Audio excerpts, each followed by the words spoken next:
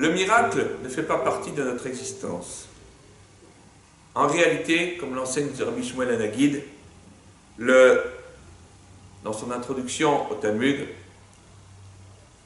pour faire partie de la communauté d'Israël, de manière intégrale, Knesset Israël, il faut croire, à minima, à très peu de miracles fondateurs. Yetziat Mitzrayim, la sortie d'Égypte, Matan Torah, le don de la Torah au Sinaï, et l'affaire s'arrête là. Le reste peut se discuter, peut s'interpréter. Alors effectivement, il y a des choses sur lesquelles il ne peut pas y avoir de discussion.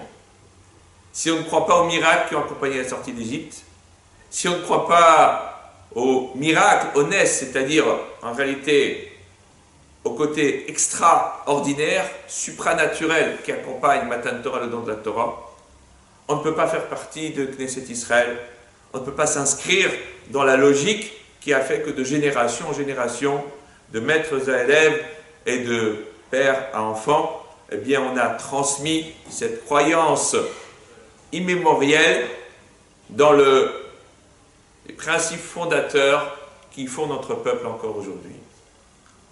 Et dans cet esprit s'inscrit Shabbat Hagadol.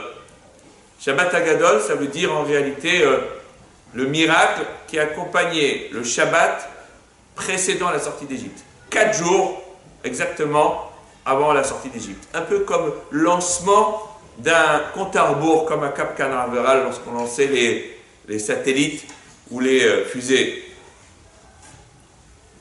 4 jours avant la sortie d'Égypte. Shabbat Hagadol. Et c'est le moment aussi de nous remettre en question dans notre rapport avec Hachem, avec Dieu, et aussi avec notre prochain.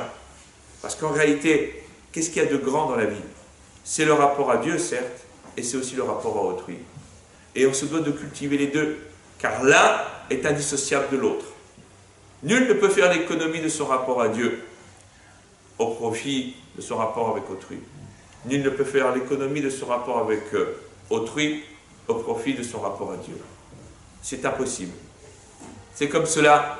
Et Metzora, qui intervient ce Shabbat, qui nous parle justement des règles liées à la parole dévoyée, eh bien justement tombe au moment pile où nous allons célébrer Shabbat Hagadol. Le Shabbat où nous lançons dans le dernier round avant Pessah la semaine prochaine. Et c'est pour cela que eh bien, nous sommes tous prêts, fourbus, mais nous avons fourbi nos armes aussi pour pouvoir, nos armes de l'esprit, pour pouvoir passer des fêtes de Pessah dans la joie, dans la sérénité et dans l'unité. Shabbat Shalom et Pessah Kachar et Sameach.